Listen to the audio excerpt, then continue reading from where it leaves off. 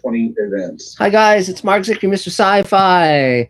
We're here for our Thursday simulcast of The Table with Mr. Sci-Fi. So David Bartlett is on the other screen, looking extremely studly, and I'm here on this screen. So what more can we complain about? So so yes, I also got from Dave Edison the video, updated video with the spaceship sets and so forth. Hi, Adam.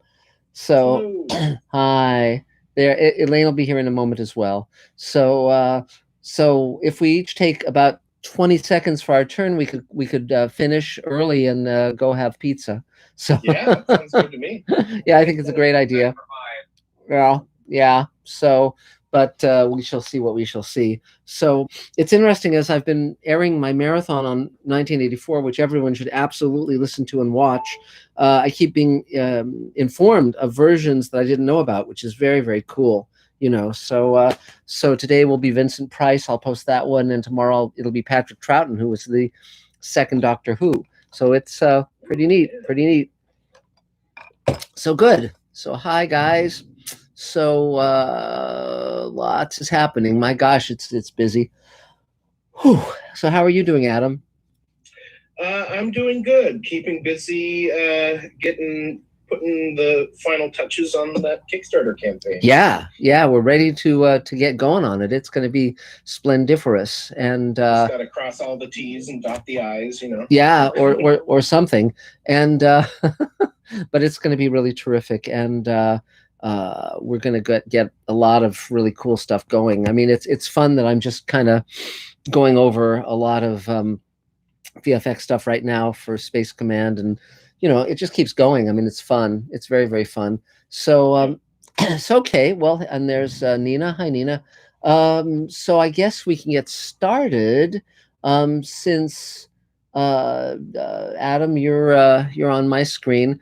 Shall we start with you and then jump in with a Mr. Sci-Fi question, or if you'd like, or how would you like to do it?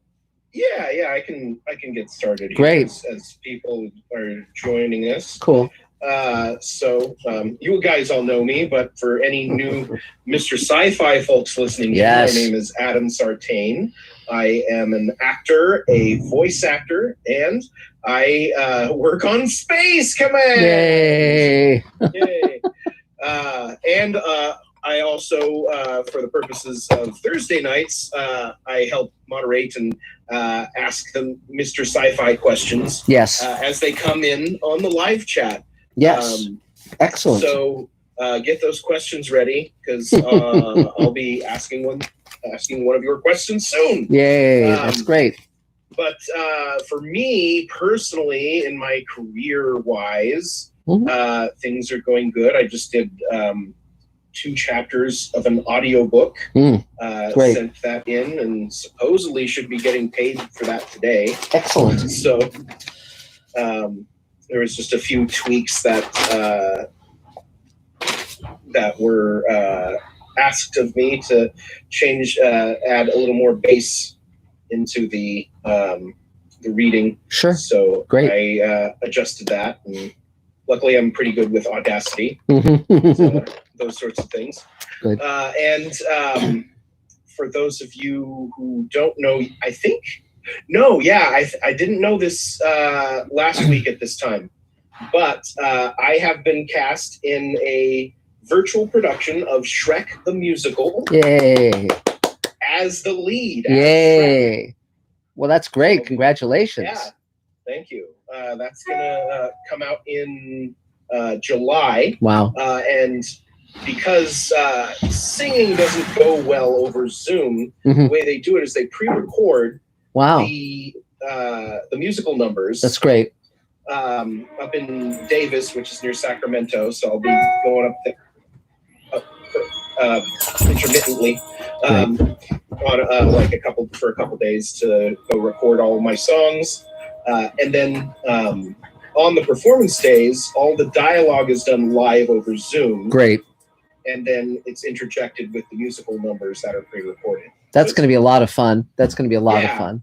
and I'm very excited for it. Wow. It's my first like lead. Yeah. Well, the first of many. The owner of the Titanic and Titanic the musical. Huh. That was the closest I got to a lead. Yeah, that's fun. But that's more of an ensemble show. So this is like a real, I'm excited about that. That's great. Well, congratulations. And definitely let people know about it as the date is drawing near and so forth. Once ticket sales are available, I'll let everyone know. Yes, that'll be great. So anything else? Anything else, Adam? Not for now. Yeah. Okay, cool. 3 cheers. Yay, Adam Sartain, ladies and gentlemen. I tell you guys, I tell everyone about Spaceman, but we're going to hear a lot about that coming up. So. Yes. I trust you'll be painted green for this? Oh, yes. Yeah. Yes. And we're going to work with the beard, which I can't shave because we're still shooting that movie I did in Colorado. So we're going to either do a mask or some sort of thing to work around the beard. Well, they can like with Henry Cavill, they can digitally remove it as they did with his mustache when he had to do retakes on Superman. Yeah, that's what I said. You can just digitally. Yeah. Use the debeardifier. It's a big button on the VFX console. Yeah, it worked for Superman. Mm-hmm. Right? When you're painting on the green, use a roller. It goes faster. Yes, exactly. Dye the beard green, and then no one will know. That's great. Well, 3 cheers, Adam. Congratulations. Now, also, before we go to a Mr. Sci-Fi question, I want to show you something cool because I've been going through some of my old comics collection. And back in the 50s, when Tom Corbett Space Cadet was on television, they had a Tom Corbett Space Cadet comic. And here's one of the really cool covers for that. Just a painted cover that's just really, really neat. Kind of a porthole with the 2 guys in it. I just learned that the uniforms from Tom Corbett Space Cadet are going to go up for auction shortly, and that's I said, well, definitely let me know about that, and we shall see what we shall see. So that covers a bit more detail than you'd expect in the 50s. Yeah, this cover, you mean? Yeah. Well, no, sometimes some covers were really gorgeous, and they'd get like an artist who was a paperback artist or a high slick magazine artist, like for Collier's or something. Yeah, but it's really nice. It's really nice. So is there a Mr. Sci-Fi question, Adam? There is. Aha. We have a question from appears to be new. I don't think I've seen him here before, but Bruce Moore. Hi, Bruce.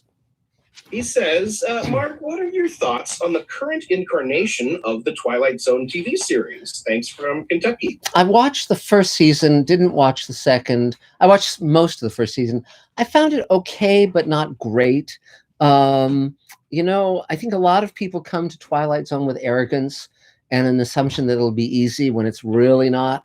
And so one of the things I'm working on now is a new show that will use Rod Serling material called Rod Serling's After Twilight. And Joe Dougherty is aboard on that project. And we'll see what happens. I'm talking with the Serling estate, with the daughters and so forth. But we'll see how that goes. It's part of the Showrunners Network. So, watch this space and we'll see how it goes. Look, there's Elaine. Yay, it's Elaine, everybody.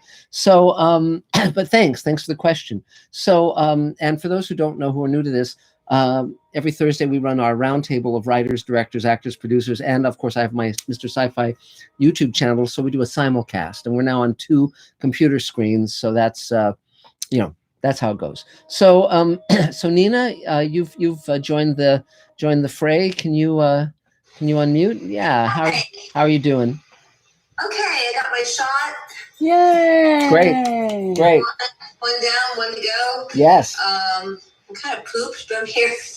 Good. I have a lot of lag. I'm not sure what's going on. I had this problem the other day. Elaine, thank you so much. Oh, you're more than welcome. Angelique got a hold of me. I really appreciated that. I've been looking up the information that David Bartlett got me about the short festivals. I'm sorry, I'm a little fuzzy today.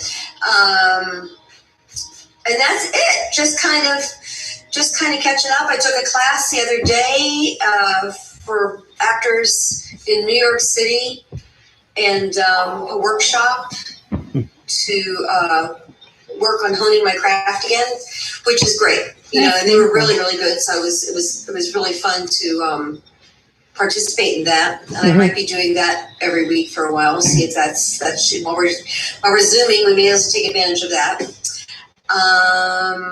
Judith says hello and sends her love to everyone. Great. She's doing okay. I think David Edison, are you taking care of Zicreeeeeee for a day or two? David Bartlett. No, it's David is. Yes, you're a saint. Yeah. Can you text me your phone number? She wanted to give you a buzz, and I didn't have your number. When you have a second, and I'll send it to her so she can call you when she wakes up later. Cool. And just for those who don't know, Zicreeeeeee is the name of her dog. Just so because Nina, when you say, "Are you taking care of Zicreeeeeee for a day?" It could be easily misunderstood. So just to clarify that little piece of information. So, oops, the dog. Yeah. Last 5 minutes taking care of Zicreeeeeee. Well, you try. You've been trying for years, David. It's not. For years. I never make it. I don't stay on the paper. The dog, I'm okay with the dog. Is the dog in your place? Coming over at 8:30. Wow, 8:30. great. That's going to be great. If we crisscross, remind me. I bought him a bag of squeak balls. Squeak balls. Yeah. Good. Great. Okay, cool. So he's coming with a harness and bowls and a crate. Okay. Good. That's great. And so no potty training whatsoever. No, and are you referring to yourself or to the dog?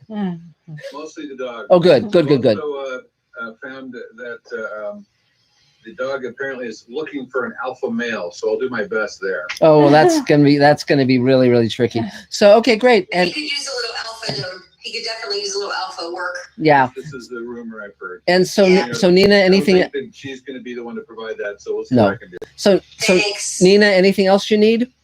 No, but big thanks to everyone. Okay. I'm probably gonna cut out early. I'm pre-pooped. That's fine. So when did you get your shot?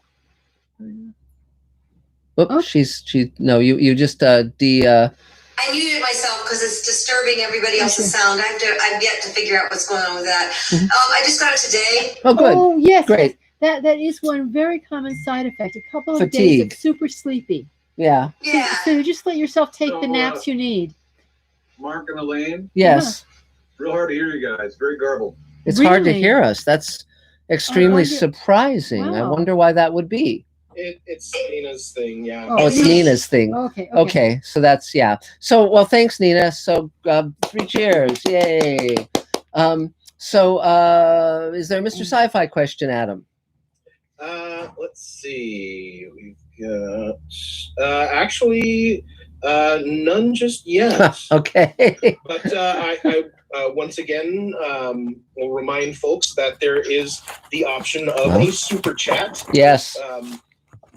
You want to jump the line and yes. get your comment or question read next. Yes. Just kick a couple bucks toward Mr. Sci-Fi. Yep. Cool. That we can make that happen for Great. you. And wait, there's a Scott Gamble question. Oh, Scott. Okay. Sure. No. What? Yes.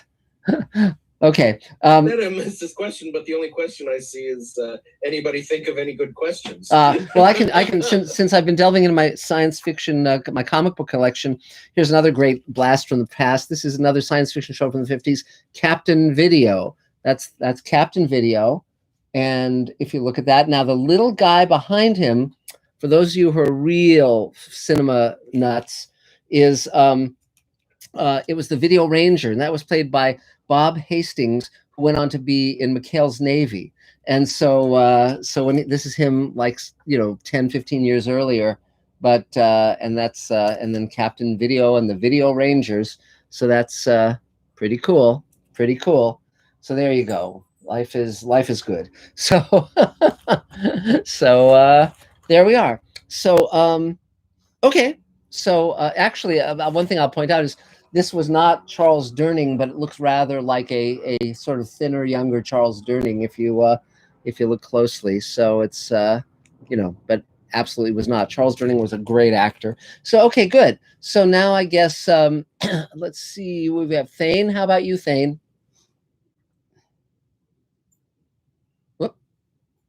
There we go. There you go. Good evening. Thane Ellison, SAG-AFTRA character actor. It's been a little bit of a busy time. I I shot a music video.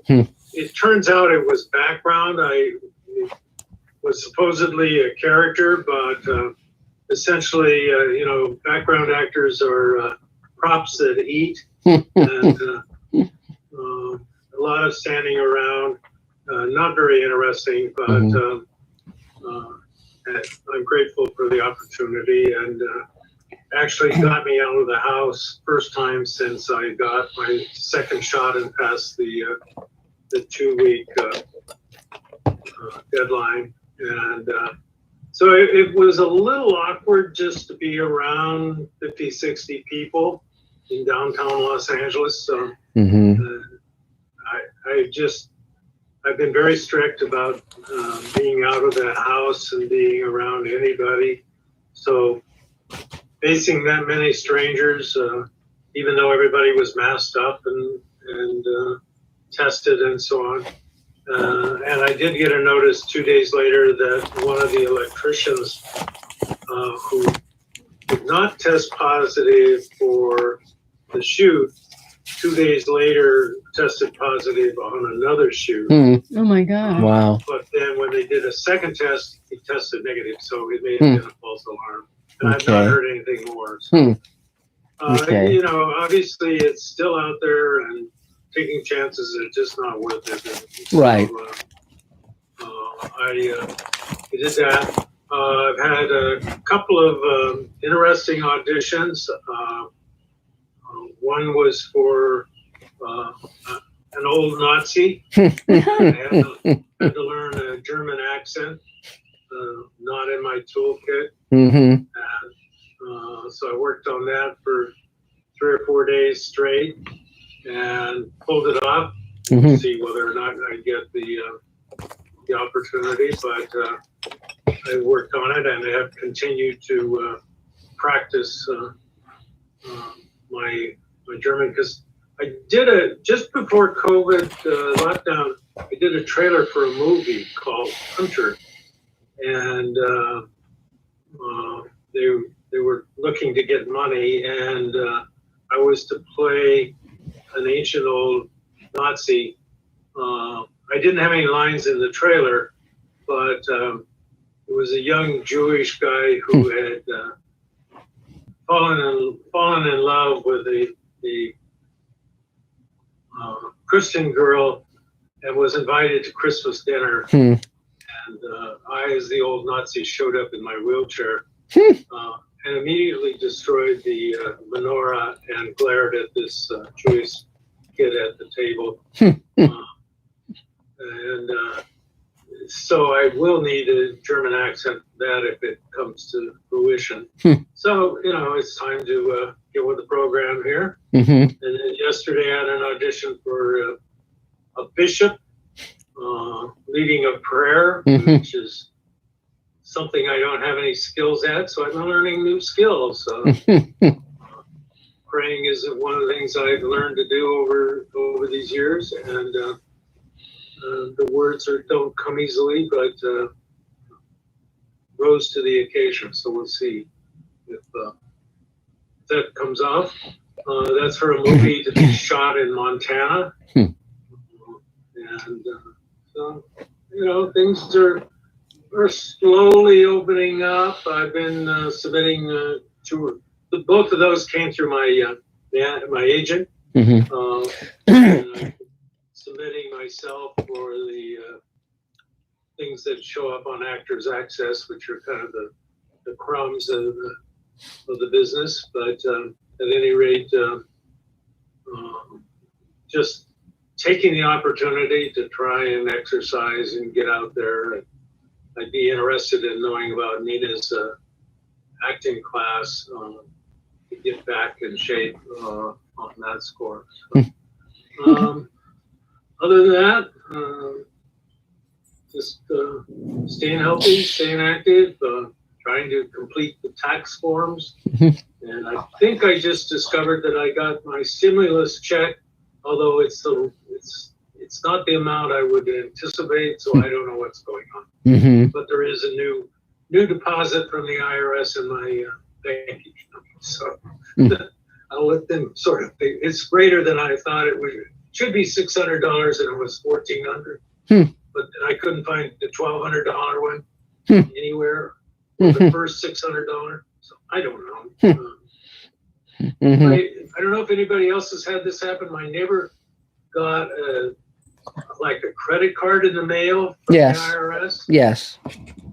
And she's terrified that it's some sort of scam. It's not. And that she doesn't know how to get it in her bank account. So Oh, be aware that we just in that junk mail that comes, there may be a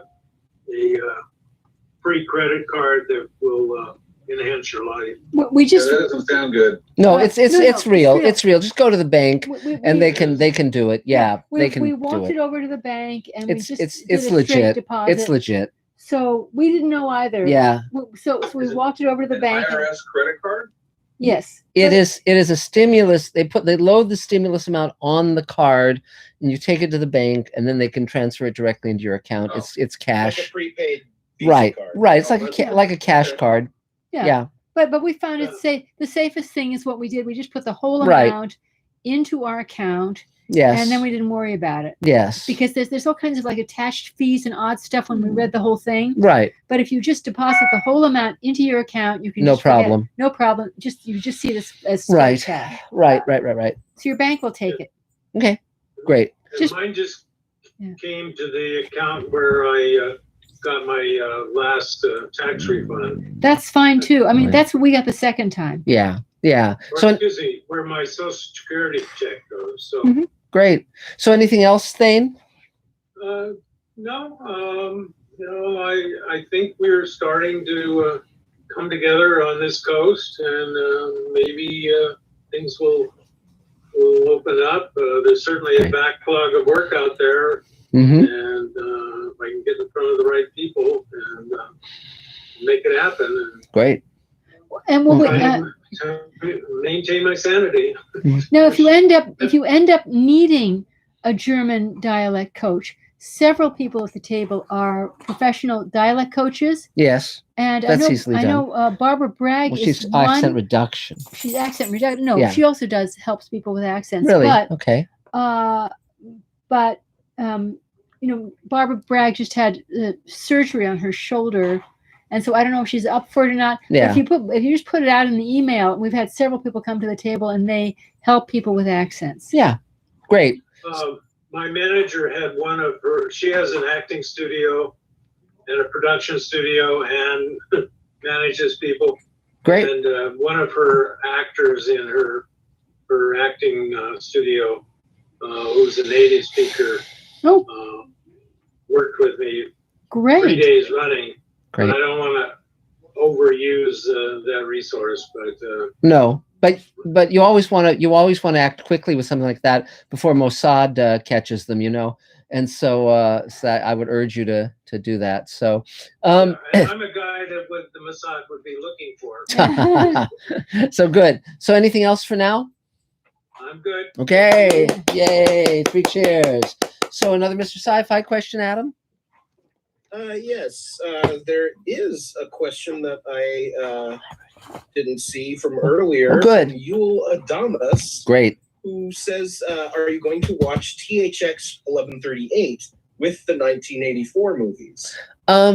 No, because although THX 1138 is dystopic, it's very much not 1984. I'm specifically staying on the subject of 1984. For those who don't know, I'm doing a 1984 marathon on Mr. Sci-Fi, where once a day I post a different version of 1984 from radio and TV, and it's got an amazing lineup of actors: Eddie Albert, Vincent Price, Richard Widmark, David Niven, Patrick Troughton. I mean, they all played Winston Smith, and Edmund O'Brien, Peter Cushing. I mean, it's phenomenal, and so I thought it'd be fun to kind of take a deep dive into that subject, since it is one of the core works of science fiction that was highly influential in many ways. What about Phyllis? She wants to know what group I'm from. Which what? I'm sorry. Who? I heard someone speak, but I didn't know who it was or what the question was. Yeah. What? I'm sorry. Was that you, Nina, or was that who I spoke? think it was Christine Laurie. Oh, Christine, did you just say something? Uh-oh. Uh-oh. Christine? Oh no, they got her. They got her. Did Okay. she? No, that's fine. Don't worry. Okay, that's fine. So yeah, so that's the answer to that. But for those who have not seen THX 1138, it's a feature version of a student film that George Lucas did while he was in college, and it stars Robert Duvall. And Donald Pleasance, who is in two of the versions of 1984 that we're sharing. Yeah, it's a worthy film. It's the film that Lucas did before Star Wars, and I think it was very dark, and I think he wanted to do something different after that. So there's that. So okay, great. Let's see. How about Carol? Go for it. Hi, everybody. Carol Field, available for every table read under the sun. Mark and Elaine, is Wendy not to be as stern as Hilma?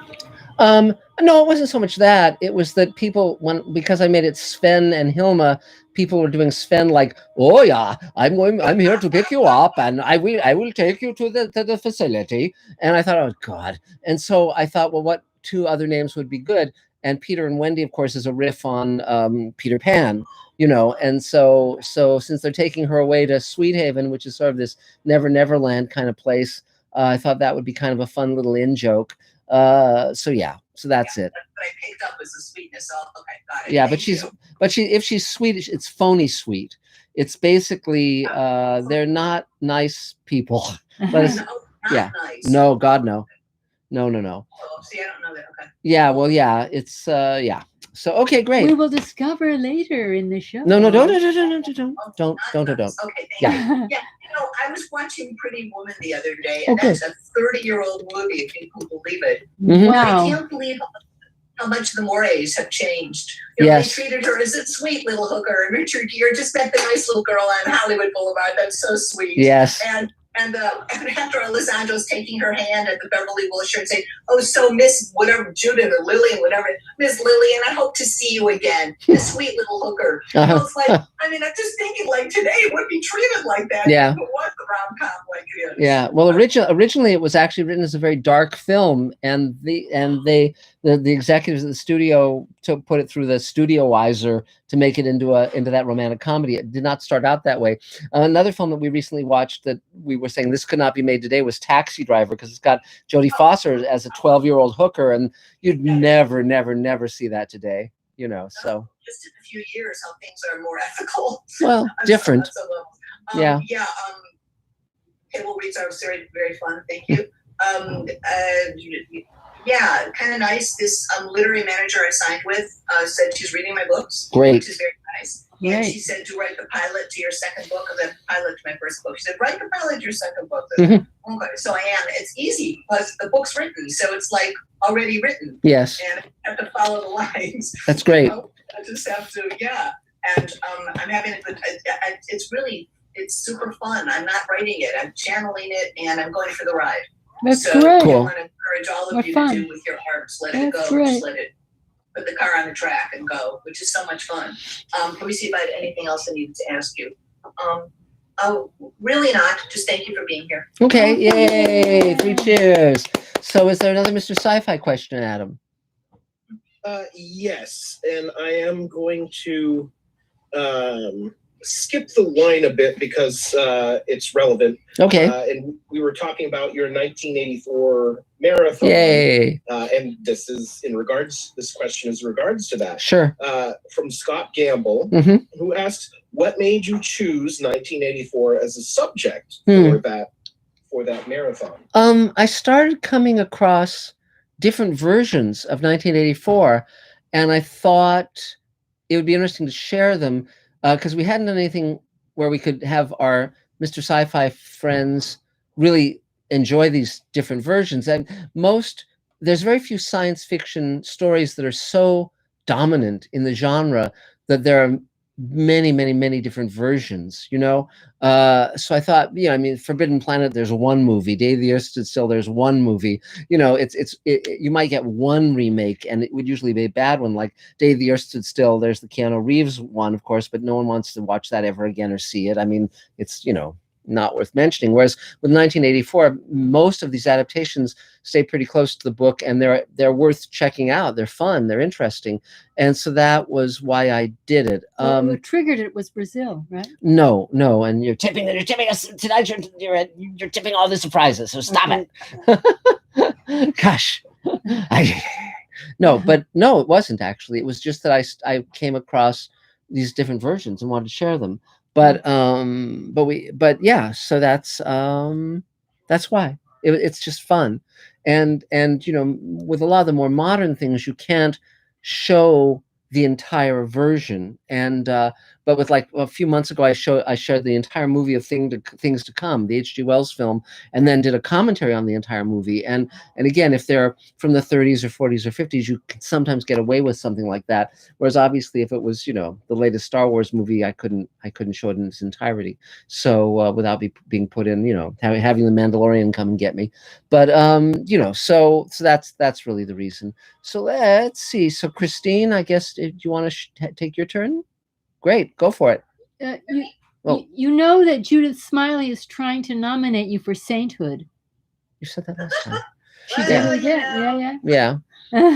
Okay. Isn't that for the Catholic Church, though, the sainthood? I'm not sure that Yeah. So how are you doing? I'm good. I'm actually excited because someone from the table recommended I get involved with a project that led to something else that has led to that particular thing expanding, and I have to take multiple COVID tests because of the time frame of they're filming here, they're filming here, they're filming there. So I have to take the COVID test here and there to be able to get onto set. So that's very interesting and financially rewarding to go take that test. So that's been a big focal point. Great. And I'm sure that Judith will have other people, because it's a team effort to put it together in regards to what she's going through right now and just getting everything put together. And other than that, I'm still seeking actual employment, and I'm having fun. And that was the whole thing, is that I'm having fun doing the things I'm doing. So when I first came to the table, which I feel was 3 years ago, I'm like, I know what I want to do, and now I'm more committed to. I want to have fun. Good. That's great. And it shows up in the most unique ways that just keep paying me. Yes, that's good. That's great. That's great. Congratulations. That's terrific. So is there anything you need? Any questions you have? I don't have any asks. And I just, continuously want to say thank you for having the concept of this group. Sure. Extremely supportive. And if you've had a bad week, it's a great place to be, because you can hear that other people have had bad weeks and success, and the next week you'll be the one with success, at which point then we need you to tell us how wonderful things are. So great. Yay, 3 cheers. Excellent. So is there another Mr. Sci-Fi question, Adam? Yes. Let's go to Bob Rich. Hi, Bob. His question is, he always tends to have the same intro to his questions, which I love. In TV, cinema, it sounds like a Jeopardy question. Sure. What is TV, cinema, and literature? What are some stories?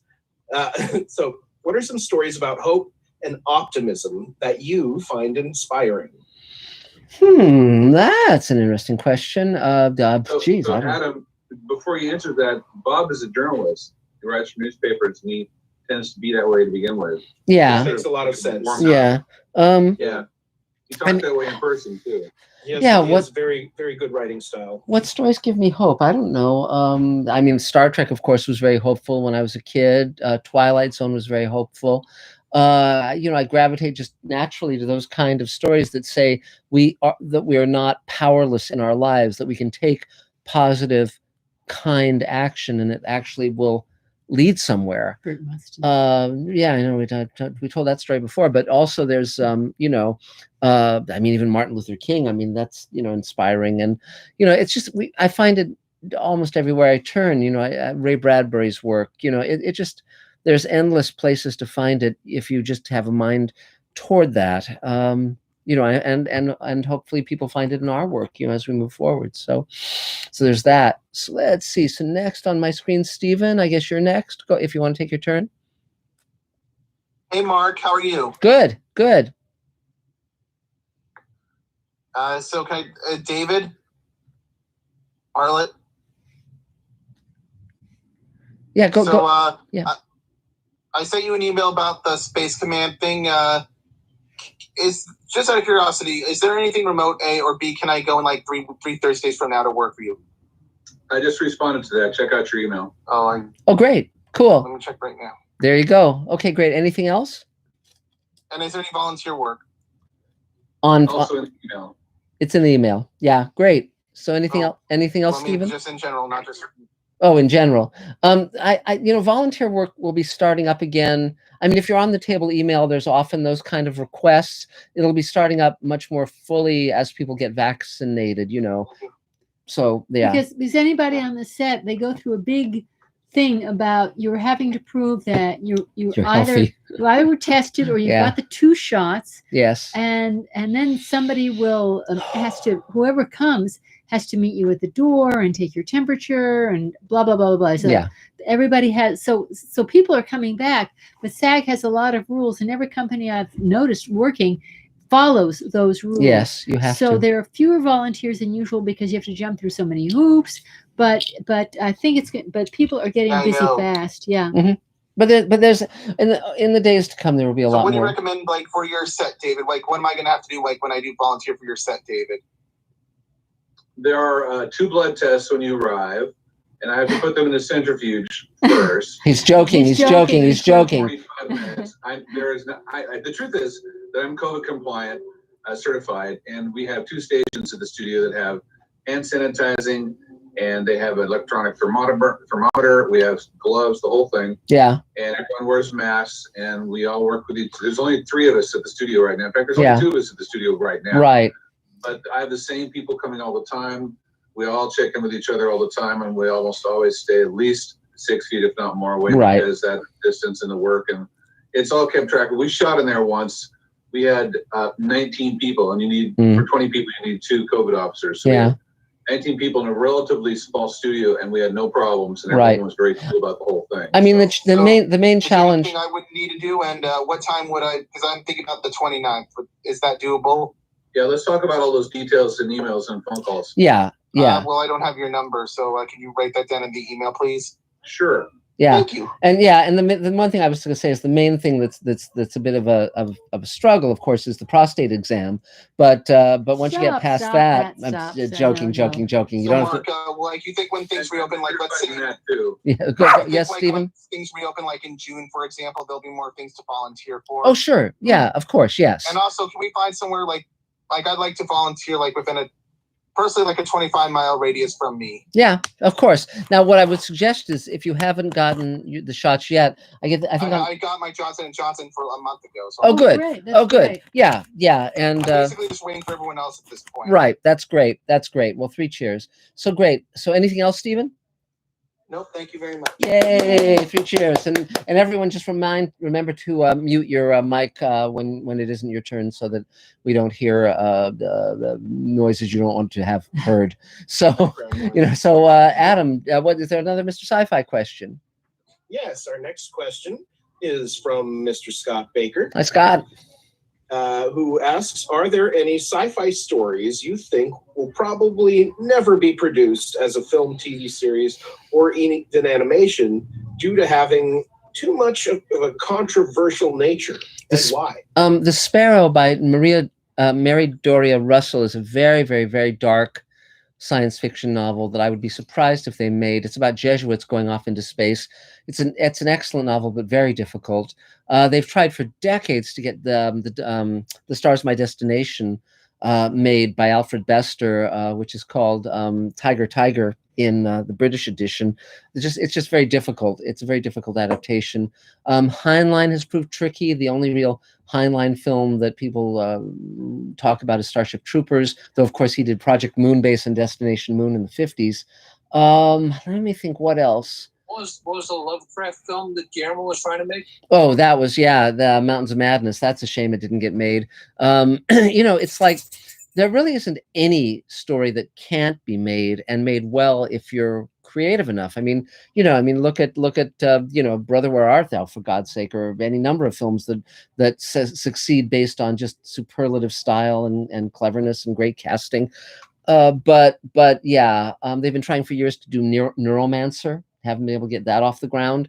You know, you know, but I wouldn't say anything that there's anything that specifically, you know, someone wouldn't take a swing at it. But you know, I mean, you know, a lot of science fiction is adapted extremely badly, and those things sink like a stone. Like the recent version of Fahrenheit 451 that HBO did, I thought was terrible and missed the point entirely. And whereas the Francois Truffaut version in the 60s was very, very good. So, you know, and I will be talking about Fahrenheit 451 a bit in the 1984 commentaries for a variety of reasons. So, okay, great, cool. So let's see. So, Dave Edison, do you want to take your turn?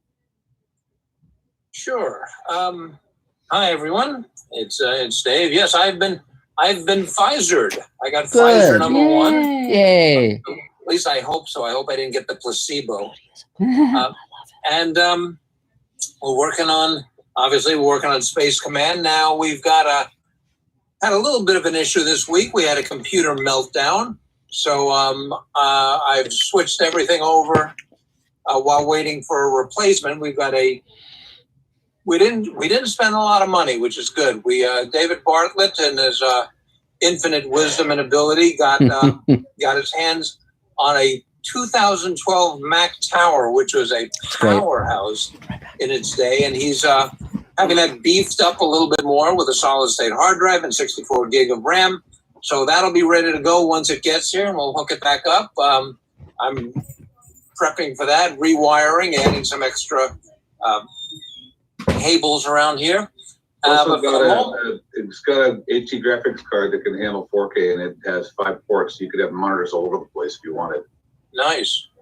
I'll take a couple. We'll talk. For the moment, we're running everything through my 2012 MacBook Pro, which is a great computer for its day. It's been working fine for all these years, but it's not quite up to the task here. So everything's running a little bit slower, but that'll change shortly. And other than that, we've got. I'm rendering out something now to send to David. We've got. Do we want to announce this? I guess David. Yeah, sure. We'll mention. We've got a new Kickstarter campaign starting. So that will be coming at you shortly, and with some glimpses of what's going on behind the the scenes. Yeah. And that's there are a few other little things, but for the moment, those are the main ones. Yeah. And so other than that, stay healthy and be well, and I will talk to you soon. And which one is that? Is that Rudy? Rudy? It's Rudela. Rudy. That's the nice one. No, that's Rudy. It's Rudy. It's Rudy. It's the nice one. Yeah, it is. Yeah, it's a nice one. Well, anyway, so everybody take care, be well, and I'll see you next time. Yay. Thanks, Dave. So is there another Mr. Sci-Fi question, Adam? Not only that, we have our first super chat of the night. Thank you. From Gregory Krug. Great. A man of discerning talents. Yes. Who asks, why do you think Magnus Robot Fighter isn't more well known? You mentioned the comic a couple weeks ago. Yes. And I never heard of it before then. And just to be specific, the one that I love is the one from the 60s that was written and illustrated by Russ Manning, who is a wonderful artist. It's about a future guy who is raised by a robot to fight robots who've taken over North America. It's a great, great piece of work. The covers were gorgeous. They were full paintings. And, it was a Gold Key comic. Gold Key was not one of the big labels like DC or Marvel. I don't know, because I think it would make a great adaptation as a film or even as a TV show. It's just one of those ones that felt, the people in the know about it, but not, and they tried to bring it back, but it didn't have the same quality, because sometimes when a piece of work is associated with one artist, lesser talents don't make it singular, so but I don't know, but it's definitely one of my favorites, and I really loved reading it when I was a kid particularly. But I've got the entire run of the Russ Manning issues, the originals, and they're just terrific. So let's see. So David Bartlett, do you want to take your turn? Sure. Great. Hang on. Okay. David Bartlett here. Let's see what time I am. A filmmaker, a teacher, and human rights activist, and a producer of Space Command. Yay! I love that applause with all of the sound off. It's awesome. So let's see here. My background is started making my first film when I was 10. Worked in movie theaters in Oregon. Today's story is how you can start from nothing, basically, and find a way into Hollywood. Cool. This is how I did it. Now, all I wanted to do since I was 10 was make films, and since then I have worked on quite a few films. I'll get into in a minute.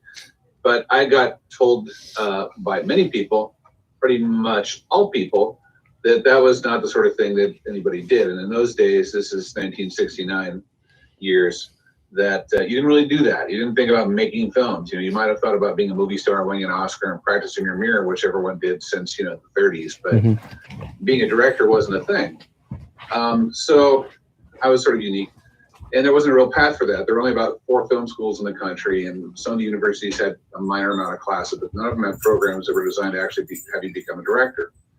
So I said, I'll figure out how this is done. I've got to go to LA, probably, right? I want to go to New York so I could learn theater directing and be a proper director, and then come to LA and make proper films with a theater background. And my parents were like, you're not going to New York.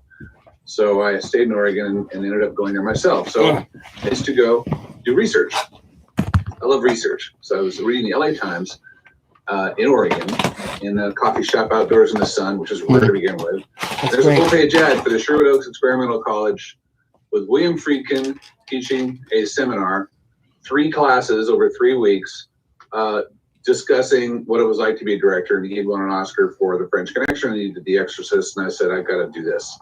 So I fired up a check and mailed it in. It was $60. Wow. Which in 1980 money was, like $300 or something. And I was committed.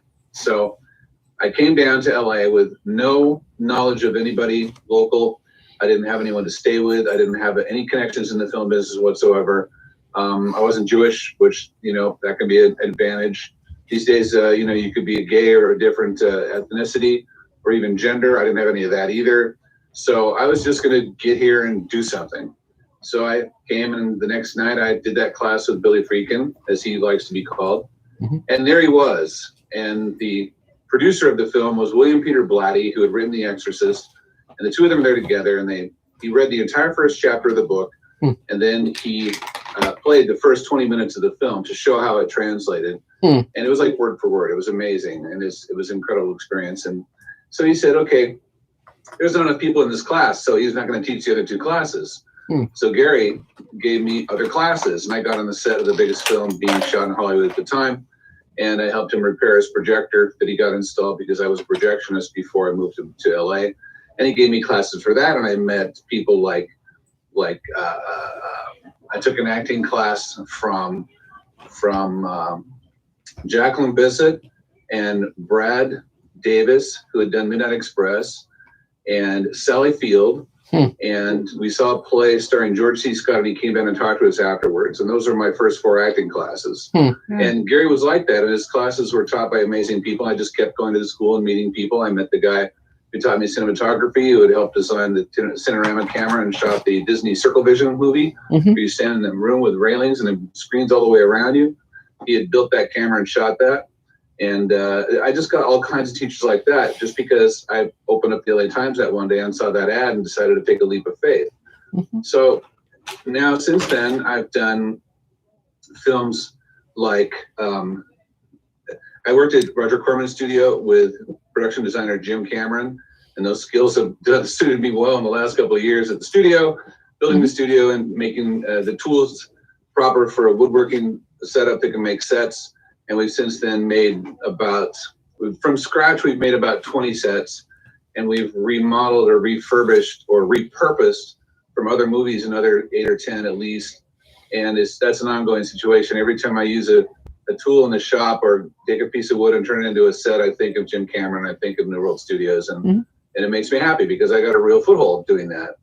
And then I worked in post-production doing films like Pulp Fiction and Total Recall and Speed and Tremors and other films like that. And then I was doing film editing, and I was doing independent films, and now I have 64 film festival awards. In fact, Koshik's not here, which is too bad, because the film that he and I did together that I directed looks like it's going to win something at Houston Film Festival. Wow. Great. It's in the final throes of deciding whether or not it's going to win something. So that's very exciting for him. It's his first festival he's had a film in. That's great. So that's pretty cool.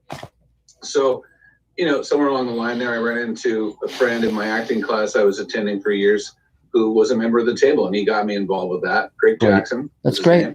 And he's a good friend of Judy Beecher, who's going to do this reading with us, I guess, this weekend, or if she is or not, I forget. Anyway, so that was cool. And you just start meeting people and getting to know people. And we used to have this joke in class. The class was one of the biggest schools ever for acting, Milton Casellas' school. And I was studying directing. And you get the people that would come one night, and the class would blow them away, and they couldn't take it, and they'd quit. They couldn't have it. And then you get the people that would run out their deposit of 3 months, and they would stop then. There's like the 1-year people. Then there's a few 5-year people. And the 5-year plan people are interesting because they come here with this predetermined, and they will stick it out. And that 5-year comes around, if they haven't made it, they'll go back to Ohio. And so why don't you go back to Ohio the first day if you're going to make that plan, right? But that's the way they work. And then there's the people that are never going away. Right now, I can look at Mark and Elaine and Dave Edison are 3 of those people. We also have here Michelle Hart is another one of those people. Carol Field's another one of those people. You guys all have the potential of being like that, but we're the ones that have stuck it out. And we've been through, when I first moved to LA, the first thing that happened was the Screen Actors Guild struck for 6 months. So there was no production at all. I couldn't even go onto a set or volunteer. And then later on, there was a Writers Guild strike, and that was affecting us all too. And you come and go. The unions were impossible to join. That finally got changed. But for that long period, I couldn't work on a better film than a low budget movie. And you just stick it out, and you just find ways to get your foot in the door and get your ticket to the party, as Milton used to call it. And Mark and Elaine have an entire book they're writing about greenlighting yourself. And that's also part of it. You just have to take the initiative and really don't give up. And just keep going. There it is. There it is. Greenlighting yourself. That's the way that I ended up in this Zoom conversation on the table about Space Command, which I'll talk about in a second, was because of that. Right, there it is. So that's kind of, I guess it's by William Friedkin, Thank You. And then one of the films I worked on, I met Goldie Hawn. And on that meeting I met with William Friedkin, 10 years later, I worked on Deceived, starring Goldie Hawn, and I got to direct her in an ADR session myself because the director couldn't be there. And that was a big thing for me.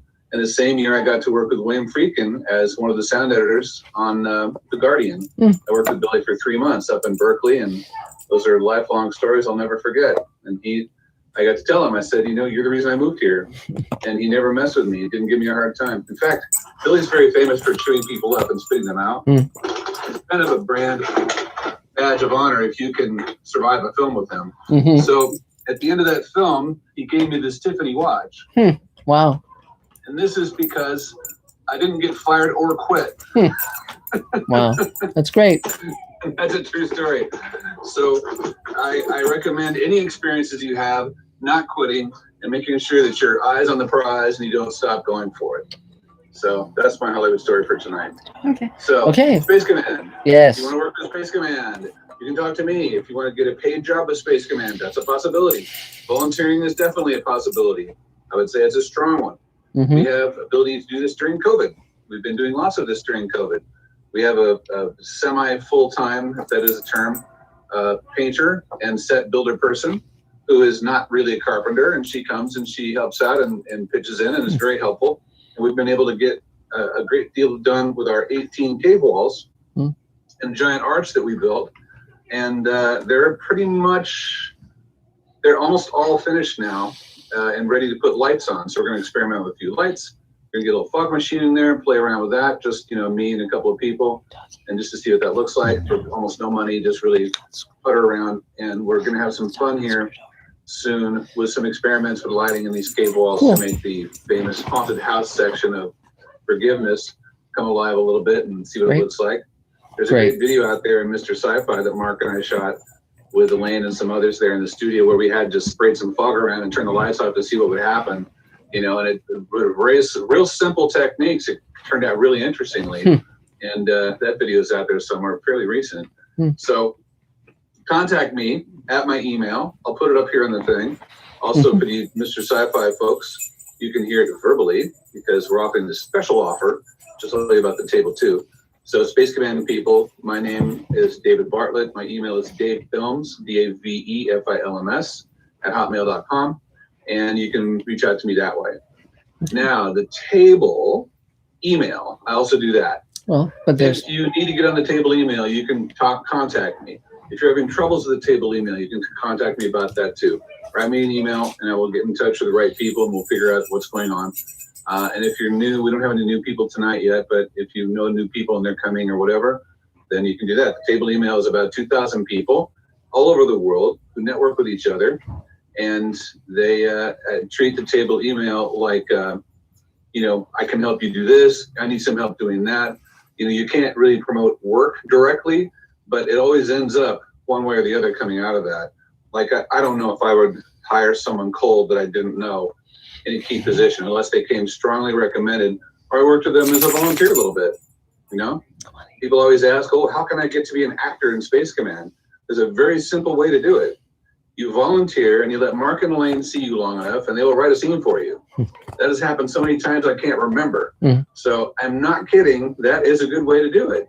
And people say, yeah, but how can I do it? And then they don't do that and they don't get in Space Command. Yeah. It's like, whatever. Some people can't stand it when you give them an actual answer they can use.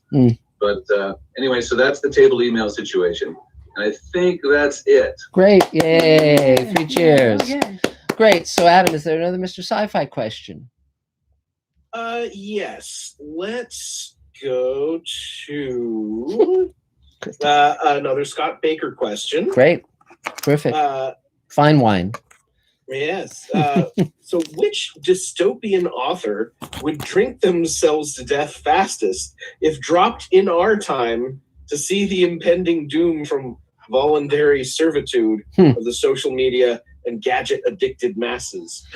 That's an interesting question. I mean, I don't think any of them would really be that appalled. I mean, considering when you look at the Soviet Union in the 50s or, a lot of really bad totalitarian systems, the fact that we haven't destroyed ourselves through nuclear war, the fact that we haven't kicked ourselves back to the dark ages, the fact that, there's that we can communicate instantaneously with people on the other side of the planet, the fact that everyone has access to this, the equivalent of the Library of Alexandria on their handheld device. I mean, it's fairly astonishing. And so I think that actually the good in our world, because of technology, outweighs the bad. And so I can't think of a one who would be terribly appalled. I think they'd be fairly interested in what's going on. And, certainly George Orwell would get treatment for his tuberculosis, and that would be a great thing, so, but that's sort of my thought on that one. So now we go to Michelle Hart. Yay, Michelle. Yay, Michelle. Can we hear me now? Yes. Yeah, yes. Okay. Well, I wasn't here last week because I was working background on something that they say, not to talk about it, but it's all over the internet anyway. It's a pilot called Welcome to Georgia. And when I heard that I was working on this, I immediately called my girlfriend in Georgia. And then I found out Georgia's the name of the character in the show. So yes, watch for that. Strange COVID thing was going on. In spite of the fact that this was a background job, I was a character. I was a babysitter for in what it turns out is a flashback that they're using in in the pilot, which means basically that unless they're going to do more flashbacks for when this person is a kid, I'm not going to come back on it. But it was double cast. In case by some chance my previous day's COVID had come up wrong, they would have a secondary person, and that lady was paid to sit on her backside all the way through the day. Wow. Which is shocking. I don't know what this is doing to everybody's production costs, but it sure as hell ain't helping. Yeah. Let's see. I have a thank you to all the people on the table who responded, because I wanted to pick up a piece of video that was like a 30-second thing that was just really very funny that I wanted to send to a friend.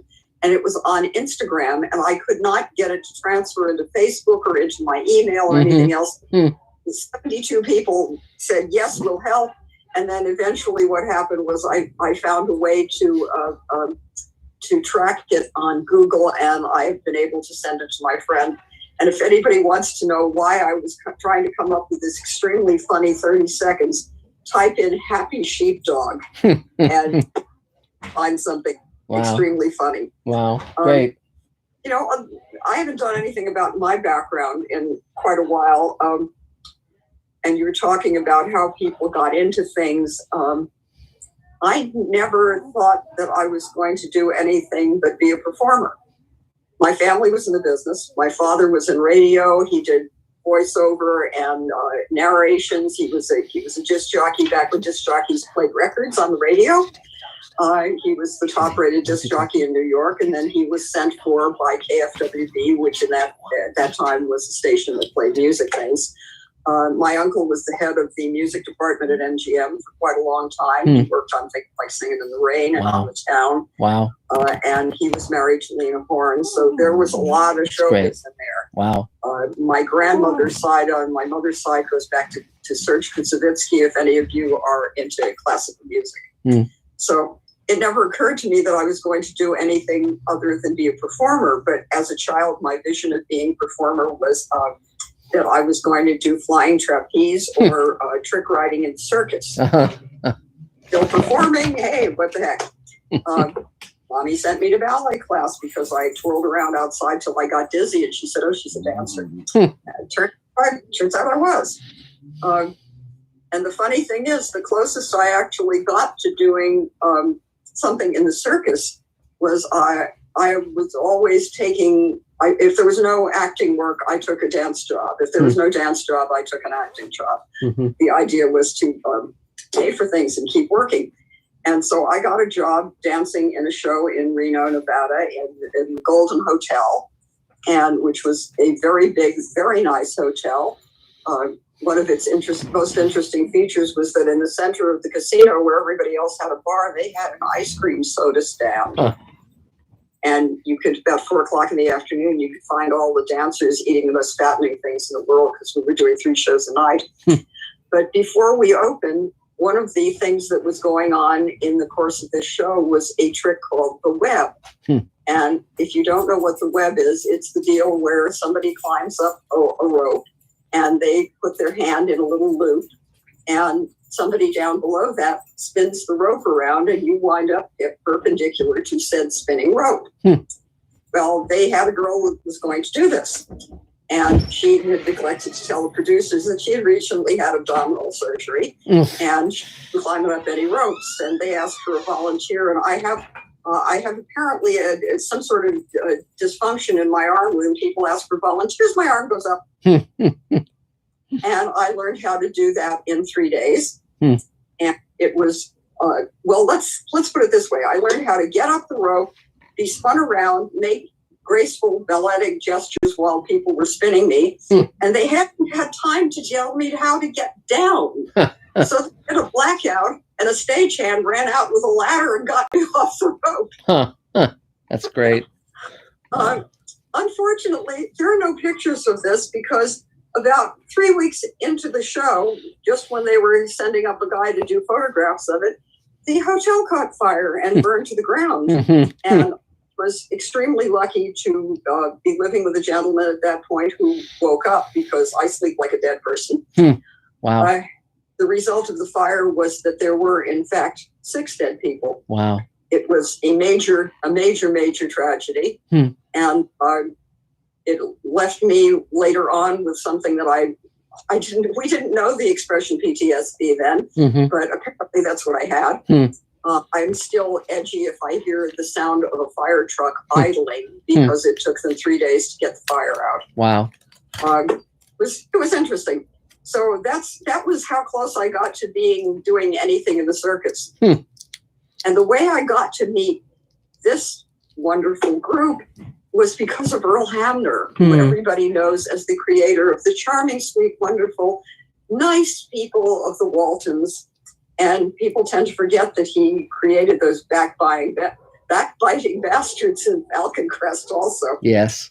But I had occasion to drive Earl Hamner to something where he was going to be on a panel.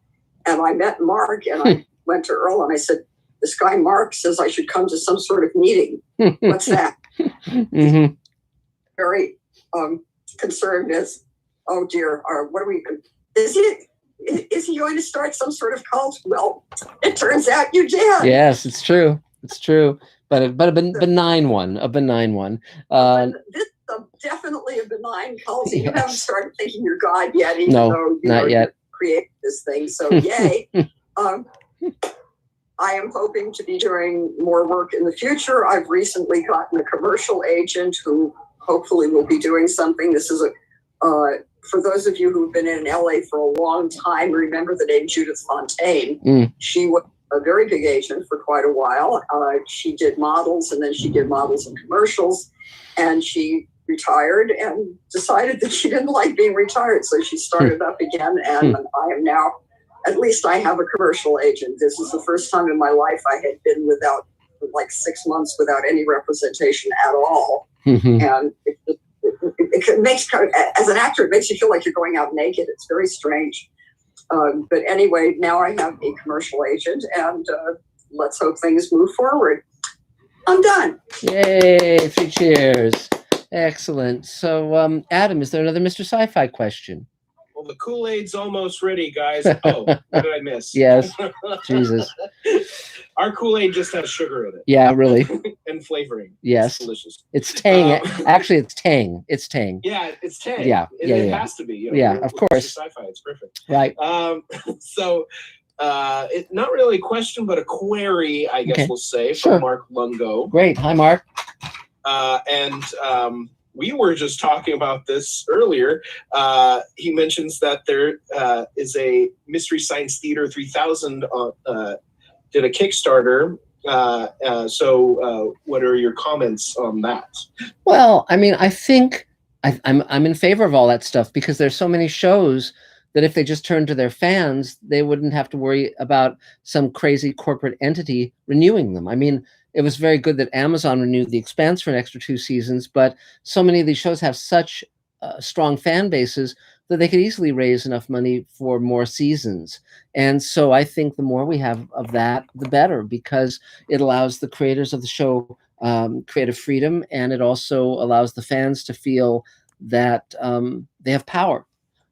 So I think that's great. The same thing happened with Reading Rainbow with LeVar Burton, and to a certain degree Space Command, because we've shot 6 hours of Space Command, ramping up to the 7th hour, and none of that would be happening if not for people who wanted to see it, including myself. They've read your Greenlighting Yourself book, but that hasn't even come out yet. Nope, it hasn't come out yet. Now, interestingly enough, I'm now on the chapter about when the rules change, because again, a lot of people succeed along the lines of certain rules, and then those rules change, and then they don't adapt, and so it's like hitting a brick wall. And so I go into why it's important to change, to grow, and really be present, to not getting stuck in, well, it shouldn't work this way. Don't they know who I am? Any of that stuff, useless. So on the other hand, if you say, here's opportunity that perhaps didn't exist a few years ago, but might be equally advantageous to me, then you can benefit from it. So, again, and for those who don't know, as Adam mentioned, Silman James, who publishes the Twilight Zone Companion, will be publishing my next book, which is called Greenlighting Yourself. And it's about how you don't have to wait for a studio or a network or a publisher to wave its magic wand in order to have a successful career in the arts as a writer, director, producer, actor. So it's fun. Almost done with it. Almost done with the first draft at least, and so we shall see. But that's great. Thanks, Adam. So Bill White, you're the next on my screen. If you want to take your turn. Hi, everybody. I'm Bill. My SAG name is Wilson White. I went to the American Academy of Dramatic Arts. Was back east, and I have recently moved out here. Let's see. I just want to get a camera pointed in my direction again. I was excited. David, you mentioned when you guys get going on building sets and stuff, whenever that is. I'm in. I want to come down and pound some nails. Cool. And help with that. When do you think that might be? Now. Now, really? Yeah, we're building sets now. Yeah. Really? Great. Okay, Yeah. cool. Yeah. Hammer a bunch of times yesterday. We never stopped. Great. We never stopped. Great. You know, All right. so yeah, we never stopped. We even did a 2-hour episode of Space Command where the actors shot their own scenes in their own homes with their own cameras, a bonus episode. We're having a table read of the new show Sweet Haven this Sunday, the second table read. So again, if anything, we've been busier than ever, not less busy. So I was very committed to keeping the studio open, keeping our people on salary, not because I didn't want our people to, you know, have to worry about the rent or food or you know, any of that stuff. So it's been very good that we've been able to keep the lights on, you know. So I'm now fully vaccinated. Great. With my partner Carla, plus a month. So what I find is that I'm not doing this in the store. Yes, exactly. Make sure that jerk behind me is keeping it 6. I don't care anymore. You know? Right. And, so what else?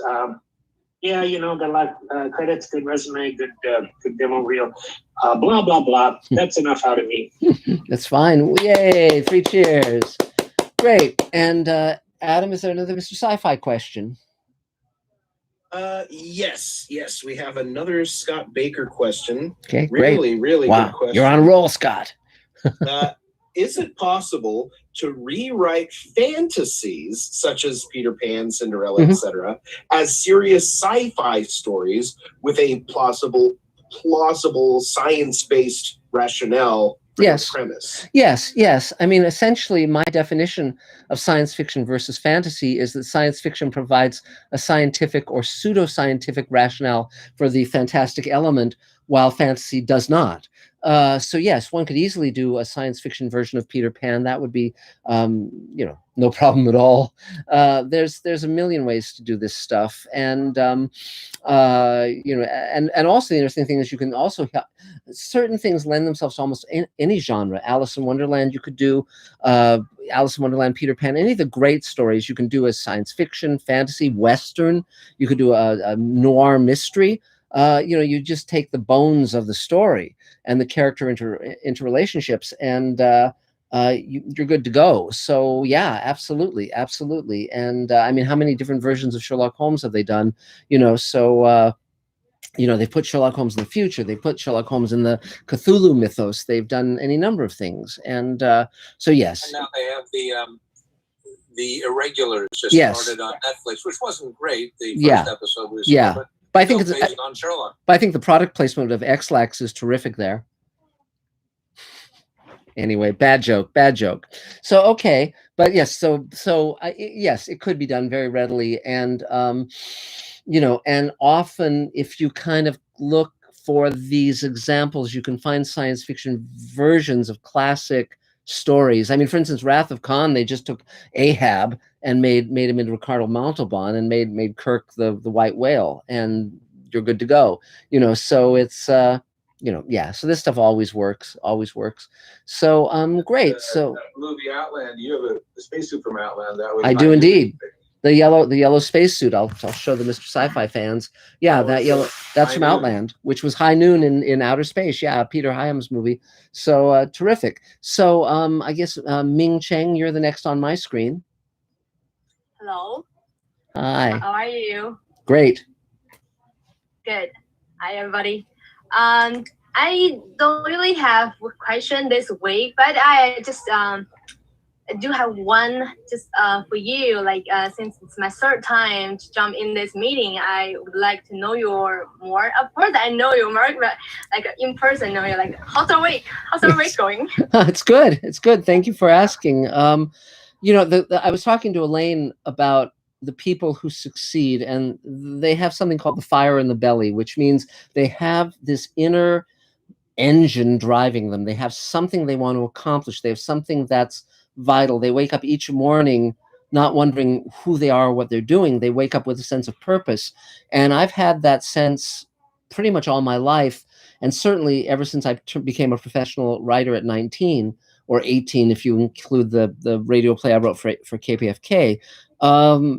You know, I still have that. I'm still ambitious. I'm still looking to conquer new worlds, you know, and I have Elaine. You know, I've had Elaine. We met when I was 20 and married when I was 21. So you know, she's the best thing in every day of my life, and so so I'm busy. I'm productive. I'm writing. You know, Elaine and I exercise. We've had the same trainer for 30 years now. And so we exercise 3 hours at a time, 3 times a week, running, lifting weights, stretching, doing all sorts of stuff. And he looks fantastic, our trainer. He looks like an Oscar, but larger. And, you know, it's so life is good. I have, you know, I'm a happy camper. I mean, I've got, you know, spaceship sets and spacesuits and, you know, you name it. So things are good. And also, you know, for those who don't, you know, David talks about his background. For those who don't know mine, you know, I've written for pretty much every studio and network. I started writing professionally when I was 19, working on The Twilight Zone Companion, a book I wrote that's been enormously successful and still in print. And I started writing for TV by the time I was 21 or 20, well, 22 or 23. And, you know, it's been a great run, and no complaints. I started the table, I guess, what was it, 28 years ago? Yes. And, you know, and so it's, the great part is that Elaine is an incredibly compassionate person, and my mom was too. My mom raised me. And so when I come up with an idea that says, well, how about we do something for other people or do something that helps other people, Elaine never says no. She's always eager to do that. And I'm very blessed that I don't have someone saying, well, why are you helping these people? Why aren't we going out bowling, you know, or whatever? And so I'm very blessed to have someone who's on my wavelength as I am on hers. And so yeah, so today's been a great day, and tomorrow will be another one, and we keep going, you know. So it's we'll see if they're selling on eBay. They're selling a shirt from The Fifth Element. The Fifth Element. It's a shirt that a scientist wore, and so I may end up. You may see me wearing that in the near future. We'll see, but it's pretty. It's a Jean-Pierre Gaultier design, and very, very ridiculous and fun. So we shall see. Wow. But yeah. So anything else, Ming? Anything else you would like to ask? That's really awesome. Great. Thank you. You're very welcome. Yeah, I'm good. I'm doing good this week. I'll probably have some questions in the future, but yeah, great. This week.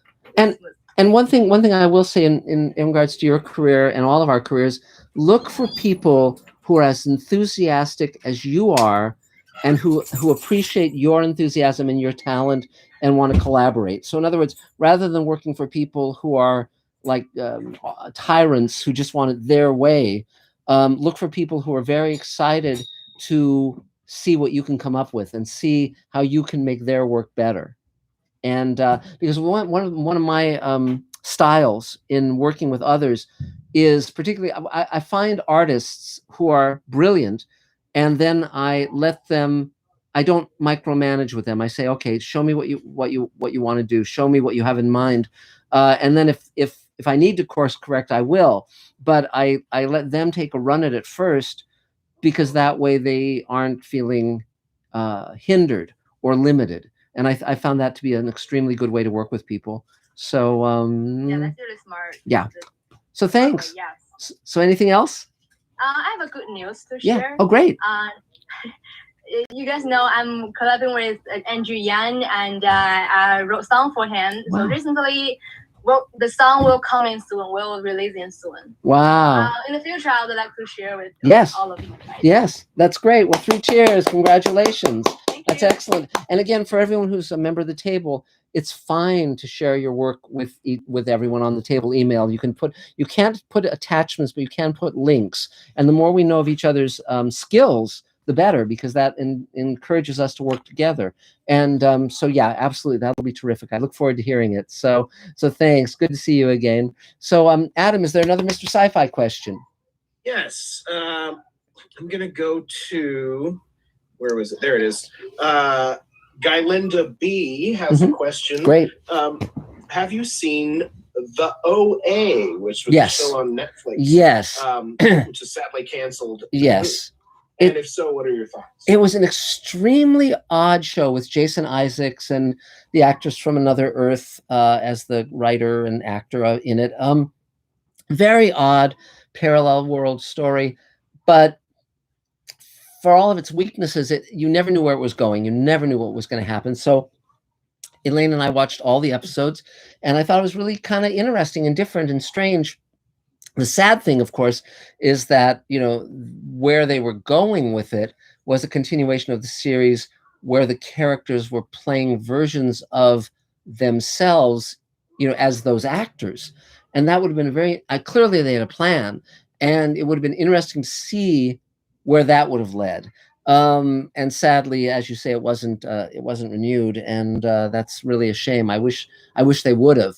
And in that way, it's kind of interesting what Joss Whedon did when Firefly and Buffy were canceled, because he then went on to continue the story in comic books and graphic novels, and I think that is a very clever way to continue a story if the networks don't let you get where you're going. So yeah, that's interesting. So I see that Judy.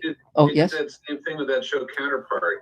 Yes. Where they had a tunnel between two universes that were parallel, and only certain people would know and have access to go back and forth. And it's kind of a spy thing, but I love that show. Yeah. I couldn't believe they didn't pick it up again after, I guess, 2 seasons it ran, or maybe 3. Yeah, I mean, it's weird because so many shows just kind of go down the tubes, and you really need an advocate at the network. You really need someone who really wants to keep the show going, because many shows are what's called on the bubble, and that means that it could go either way.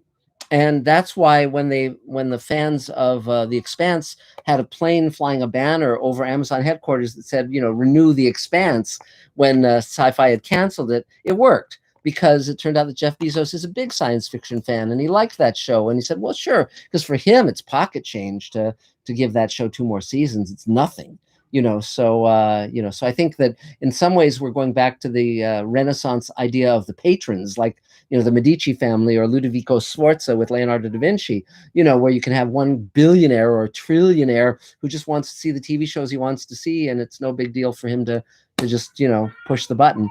So now I see Judy Beecher has joined us from New York. So go for it. How are you doing? From New York. I am all the way from New York. Yeah.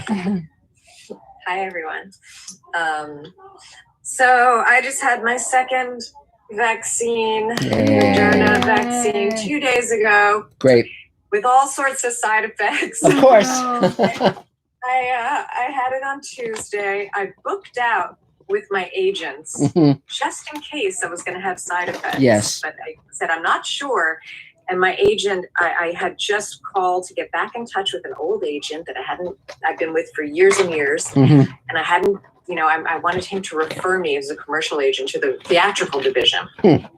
And all of a sudden, I haven't had auditions from him in years. And all of a sudden he sends me, as I book out, this big audition due today. And I was like, oh my gosh. And I literally was so sick. I had fever, I had chills, I had for a whole, it was like a little bit more than 36 hours, something like that. Wow. And I wrote to him, I was laying all day, I was in bed.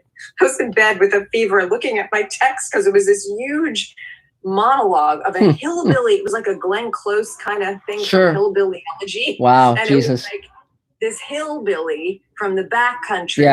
Yeah. You know, Well, that's what. Yeah, whenever I see you, that's what I immediately think. I look at you and I immediately think hillbilly. You should see the type of stuff that I'm going out for. Crazy, a 1,000-year-old vampire. Wow. A hillbilly. Yeah. Like really crazy, but I can do it. I can do it. Sure. Great. Anyway, I lay in bed all day and I worked on it with fever. Mm-hmm. And I wrote him. I said, I can't do it. I'm sorry. I can't concentrate. I can't memorize this thing. Then I took a Motrin last night, and the pain went away. The fever started going down. I ran into the other room and I recorded myself, and I got it in by the deadline. That's great. How I did. Yeah. That was like my corona vaccine actor story. Great. Great. So an article came out about me in Film Daily. I'm going to put it in the chat. Great. I don't know if you can. Yes, there it is. Yeah. It's a career retrospective Wow. about my life and my career and how I got into everything. And everything's about acting and about, spirituality and life. And that's really exciting. Great. That just came out. And my role in Tango Shalom in the feature that I'm in. I'm in a feature, for those I don't know, called Tango Shalom, which is winning all these different film festivals right now. It's great. And I'm doing an interview Friday. I have an interview for a festival. Sunday, I have an interview for a festival. So I've been and I'm trying to get new representation. So since my fever went down, I'm like on fire. Yeah, I that's have funny. so much to do. I have so many things to do and so little time. So that's good. And then thank you. I'm in Mark and Elaine's. I'm reading something in Mark and Yeah, Elaine's. yeah. It's going to be fun. Sunday Yeah, as well. that's going to be great. And I just got another audition actually, which is due on Monday. So I need new representation. So those are just been, and I'm launching a music video next week, which I want all you guys. I'm going to do it next Thursday.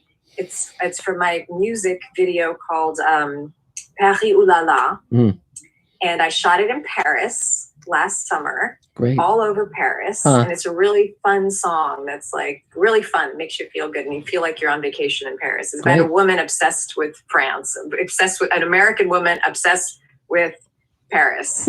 Paris Ooh La La. Great. So I'm launching that, and I've never done this. So if you have any suggestions, I'm launching it on Thursday I haven't put it out there yet because I have all this other stuff that I'm trying to do for Tango Shalom and for all this other stuff. So if you know, like the best way, since you've done this before, like best way to launch a video or, it's on YouTube, I'm doing it. The main thing with everything is to say, what do I want to have happen?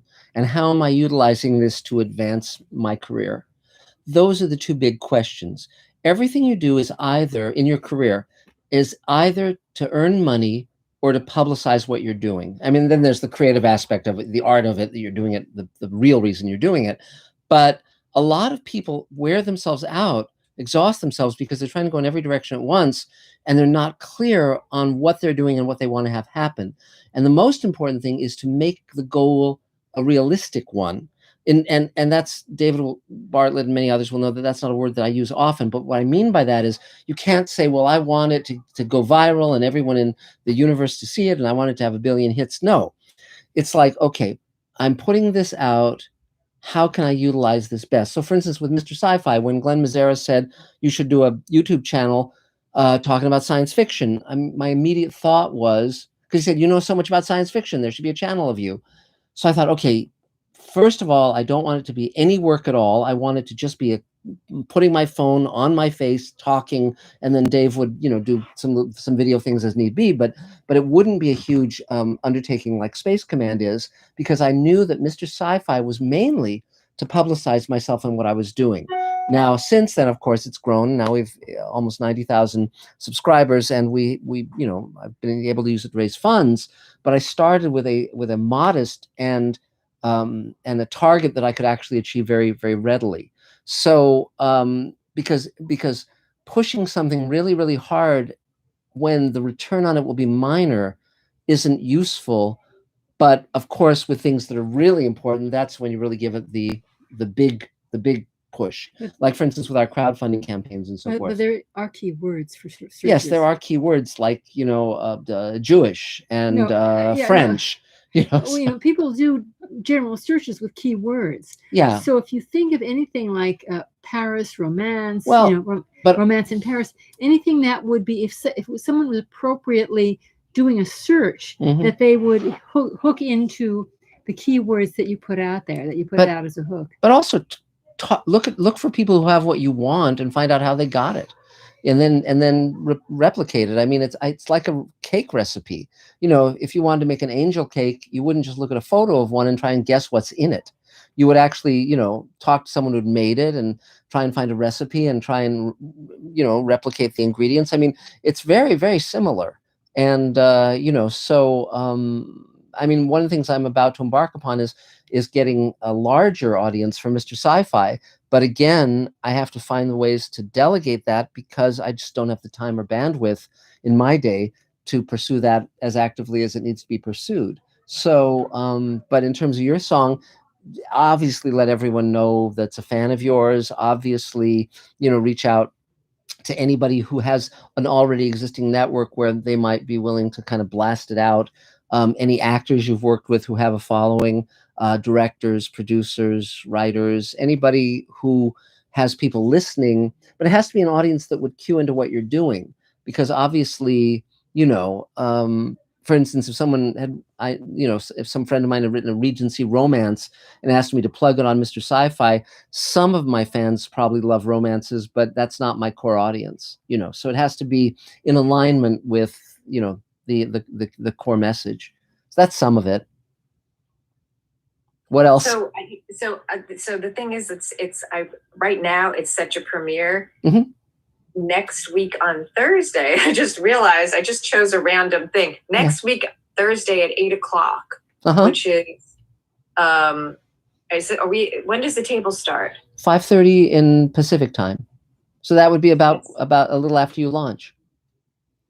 So a little after I launch. Yes. I was just thinking if maybe I could do it at the same time as the table. You could. Right? Yes. And then we could launch it on the table and you could launch it also on the Sci-Fi network. One could. You know, it's, I mean, whatever works, you know. I mean, the trick is to, you know, I mean, we're all in the entertainment business. The trick is to be entertaining, you know, and it is entertaining. It's super entertaining, and it's so much fun. Yeah, and it's really well put together. It's really fun. That's great, like it makes you feel like you're in France. Like yes. It's so much like you're. It's very joyful and it's a really fun. Yeah, no, it's great. Well, that's cool.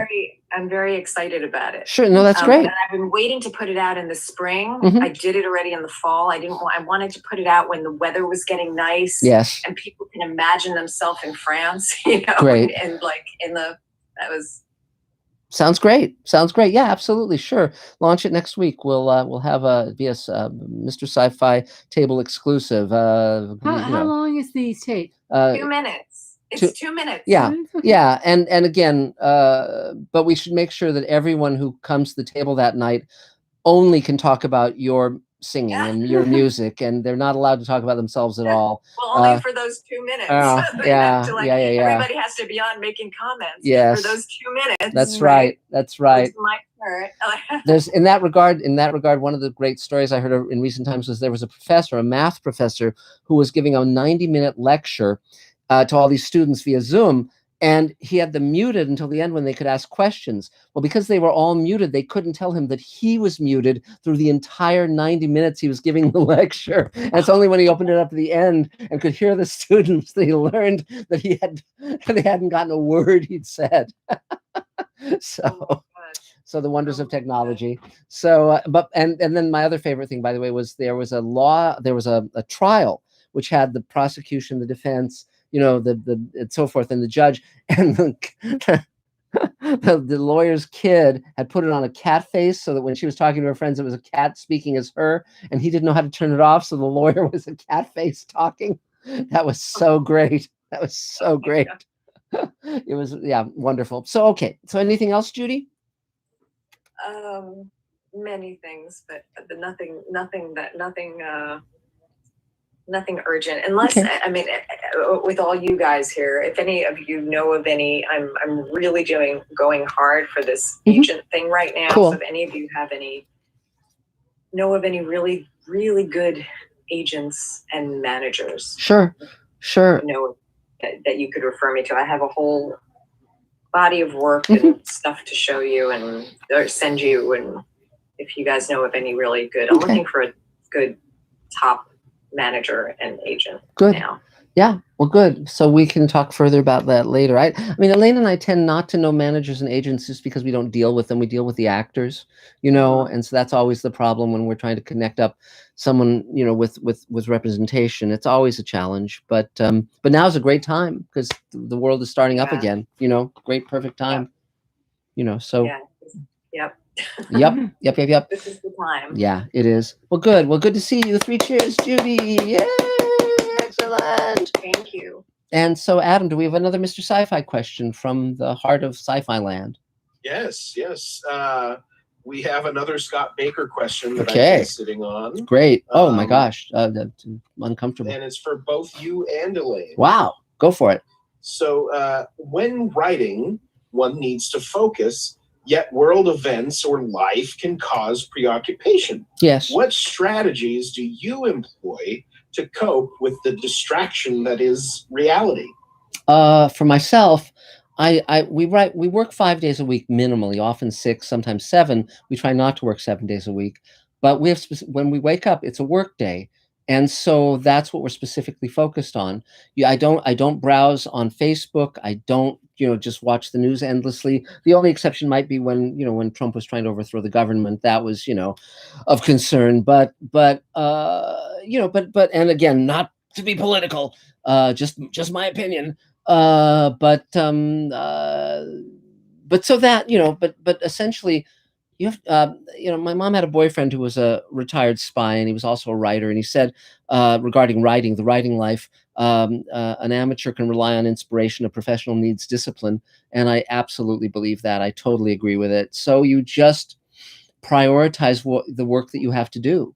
Your TV set does not love you. The news does not love you. And so the more you give your time over to that, the less of your time there is. Well, there's nothing quite as powerful as habit. Just habit. Yes. And the thing is that we've been writing for so long and so engaged by writing that it's not like there's a struggle. Like when you turn on the news, you turn on the news. But when you're, at least when I'm writing, I am absorbed in that world and with those people. Yes. And it's not like a struggle. Oh, my mind is wandering. It's focused on that. And then when I stop, I look up at and I go, oh my God, the world's going to, but we try to stop in the evening and we'll watch the news or we'll watch television for a couple hours. We don't get subsumed by that because we have work to do. I mean, it's like we got books to write and shows to make and, all of that. I mean, it's not, and thank God for that. I mean, I wouldn't just want to be watching, Ice Station Zebra over and over like Howard Hughes did, endlessly. I mean, my friend Doug Hayes wrote that movie and he told me that the way you could tell that this is back when Howard Hughes, when no one knew where he was at any given time. A friend of his worked for Films Incorporated, which at the time was a film rental company. And anytime they were shipping a 16 millimeter print of Ice Station Zebra somewhere, that was going to Howard Hughes. And so they'd know where he was in the world at that point when he was this great recluse. But Doug wrote that movie and told me that story. But fortunately, I'm not watching that over and over or any movie over and over. Just getting on with what we gotta get done. The only thing that breaks into that is that every now and then you'll hear something on the news. Oh, sure. Which does feed into exactly what you're writing. Yeah.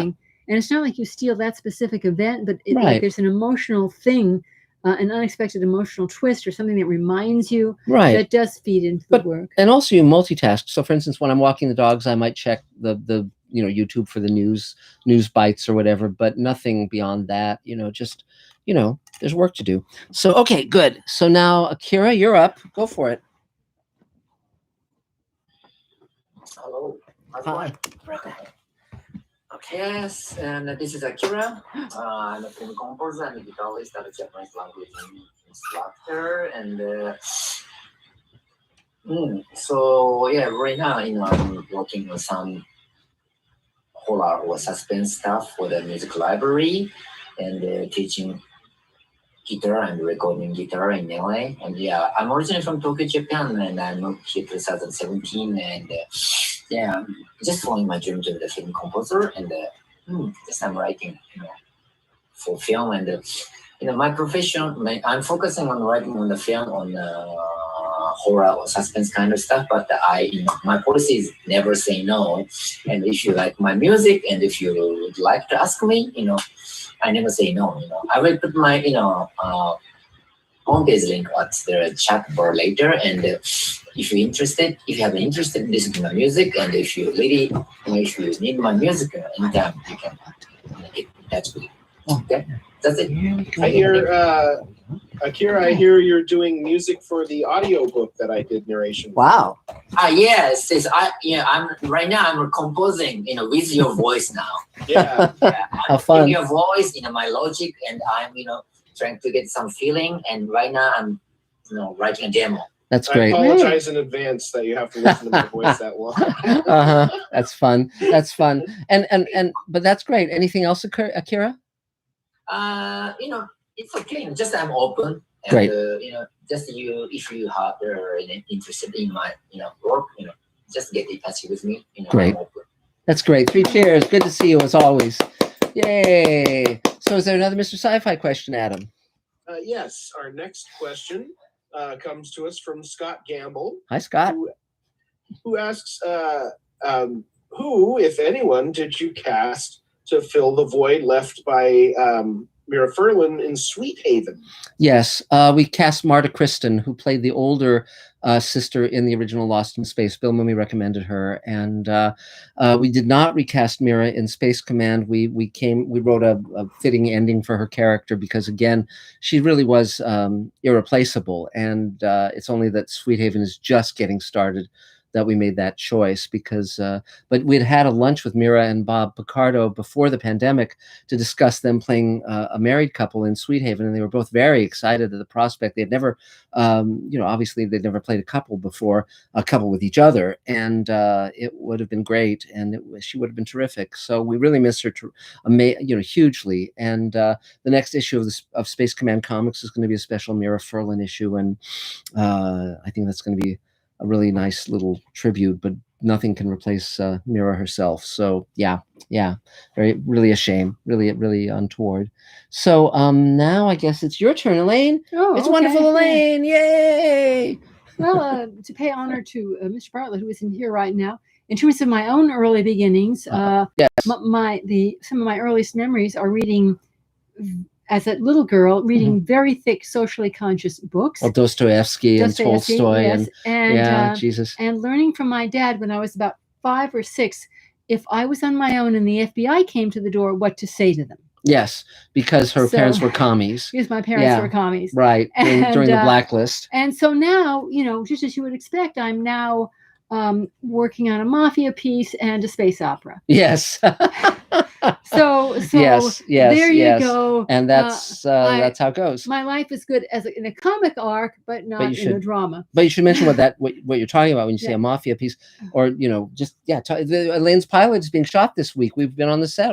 Ed Asner's in it, and Brian Doyle Murray and Tom Sizemore. It's a huge mission, a huge big production. It was my tomorrow. DP's, my DP's piece, and he had asked me as a favor to help him with He had optioned a screenplay about the mafia. No, he grew up in Sicily. Yes, I'm sorry, a book. And he was trying to adapt it to a pilot, but it wasn't reaching past the suckability quality of it. And so he asked Elaine to rewrite it so it wouldn't actually be an embarrassment. And so she has. And so it's about, people murdering people and people, the investigative journalists. But the cool thing that I didn't know until we went on set a few days ago is that the lead is an African-American female, which is terrific. And so I think it's going to be really, really cool. And so tomorrow they're shooting, right now they're shooting at a big mansion, and tomorrow they continue shooting this fundraiser scene at this mansion. So we've been to the set about 2 times so far. Yeah, It's fun, but I'm just the writer, so we don't tend to hang out on that set too much because unless we're super busy, we go crazy. But if the show went forward, they'd want you to be a producer overseeing the writing staff. Yeah. But and which is very peculiar. Well, when I look at you, I think of mafia. Just like when I look at Judy, I think of of the gay Paris or whatever. So in the meantime, I'm just in the wild search for other people's money to make these liberal your own projects, my own liberal projects. Yeah. So that's it for me. Yeah. Well, that's good. Okay. Yay! 3 cheers. Excellent. So is there a Mr. Sci-Fi question, Adam? Yeah, I think I've got one more. Good. More Mr. Sci-Fi question here. Excellent. From Distorted Reality. And that's his real name, by the way. His parents were extremely jaundiced. But okay, go ahead. The question is, do you know the backstory of the Harlan Ellison versus James Cameron feud over the Terminator? Yes, it's actually very, very interesting. Harlan Ellison was one of the great science fiction writers. He wrote City on the Edge of Forever and plus many books and short stories. Extremely brilliant and extremely hot-tempered man. I always used to joke that he burned his bridges while he was on them. And I knew Harlan very well. In fact, somewhere there's a portrait I drew of him when I was 16 behind me. And so he wrote 2 great episodes of the original Outer Limits that aired in the mid-'60s. One was called Soldier, and it was about a soldier from a future war who there's an accident and the time warp opens and he's catapulted to the present day, and another soldier comes after him intent on killing him. And then the other one was a script he wrote called Demon with a Glass Hand that starred Robert Culp as, again, a man who has come from the future and is hiding in the present because aliens have conquered Earth in the future. And he has a secret of where all the humans have gone in this robotic hand made of crystal where he's looking for different fingers. It was shot in the Bradbury Building where they shot Blade Runner. And so this whole thing, and so when Terminator debuted, it was the future war section looked very much like the future war section in the Outer Limits episode, and the whole notion of 2 enemy soldiers coming from the future who were out to basically kill each other. It was very reminiscent of Harlan's work, and somewhere in an interview, James Cameron had mentioned Harlan or something. There was so Harlan sued, and ultimately he was given a cash settlement. And Cameron to this day denies that he was inspired by Harlan's work. And but at the end of every print of the Terminator now, it says we acknowledge the works of Harlan Ellison. Now, interestingly, when I met Cameron some years ago, I mentioned that I wrote the Twilight Zone companion, and Cameron said to me, I was always more a fan of the Outer Limits. So that was, in a way, that wasn't him admitting he had stolen Harlan's work, but it was certainly shining a light on the fact that he had access to those episodes. So there you go. And the Outer Limits, if you've never seen it, the original version, the black and white version, is just a wonderful show. It has great actors and wonderful writing, and it's the 3 shows that made me want to be a writer were Twilight Zone, Star Trek, and Outer Limits. So but that's the answer to that question. So Harlan won in a certain way, but again, it was somewhat of a Pyrrhic victory. But again, Terminator has had more lasting impact than Harlan's 2 episodes of Outer Limits, and again, and this speaks also, people are always accusing Rod Serling of stealing stories, and it's not so much that, it's that science fiction is extremely. One person will write something and another person will riff on that and write his thing and so forth. Science fiction is a huge conversation between writers. So H.G. Wells will write The Time Machine, and another writer will take the idea of a time machine and do his own version, and so forth. Or like Dystopia, someone will read 1984 and then write Fahrenheit 451. We're all in conversation with each other. It's only when you get into the big money, like with a huge hit feature or a huge hit TV show, that people start thinking dollar signs, and then they start to get litigious. So that's really what. But like when everyone's writing for a penny a word or 5 cents a word for Astounding or Galaxy Magazine, then nobody's going to sue anybody because they're all broke. There's no reason to, So that's my comment on that, Mr. Sci-Fi comment. Now I guess it's me. Wonderful me. Yay! So, things are going great. Things are going great. We're, you know, our fans are underwriting our studio right now, so we've been able to keep going. We're finishing up visual effects on the second hour of the pilot, so we're going to be releasing that very, very soon. I've brought aboard Mitch Suskin, who's a 3-time Emmy-winning VFX supervisor to oversee things. We have VFX artists working in Germany and Central and South America, and also America, North America. And it's moving along, 900 visual effects shots per hour, and more than 900. And we're getting there, Dave and David Bartlett and Adam and all of our team, you and me. And beyond that, we're ramping up to shoot the next hour of Space Command. We're almost done with the alien ship. We're getting done with the 2 creatures, the 8-foot-tall creatures. It's a big undertaking. Meantime, with the Showrunners Network, we're creating 6 new shows. Going to shoot 6 2-hour backdoor pilots. Our venture capital person is raising the $36 million from investors, and I've teamed with Elaine and with Rockne O'Bannon, who created Farscape, and Joe Dougherty, who was executive producer on Pretty Little Liars, and Mark Ferguson, Hawk Ostby, who created and ran The Expanse, and wrote Children of Men and the movie Iron Man. So it's a phenomenal group, and we have actors. We have Carol Fields in Sweet Haven, and Michelle in the table reading we're doing on Sunday of the second version of the script. One thing that was very interesting that I'll mention to everyone is Elaine and I spent several days going through the script based on that first table read and making some changes, but also stripping out most of the shot description so the actors can just play the scenes with each other and without interruption of the narrator. And it's going to be much stronger in terms of the table read this time. It's a Zoom table read, and I can't wait. It's going to be super fun. And we have actors from Lost in Space and from Star Trek and on, just, you know, from Orange is the New Black and you name it. I mean, it's a great, great, great cast. And can't wait to be recorded, right? It will be recorded, yes. And Barbara Bain's in it from Space 1999 and Mission Impossible. And you know, it's a dream team. I can't wait. I can't wait. Judith Smiley is in it from Fiddler on the Roof, and the touring company. You know, most people do not know this. Judith played Rachel, the daughter, in Fiddler on the Roof. When Fiddler on the Roof came out, I guess in the 60s. So yeah. And then on the touring thing with, you know, whoever played, it wasn't Zero Mostel, but she knew Zero Mostel, but it was, you know, some Zero Mostel light or whatever. But that's, you know, so she's got some chops. And, you know, and then beyond that, we're just, you know, I'm finishing Greenlighting Yourself. It's coming along well, I think.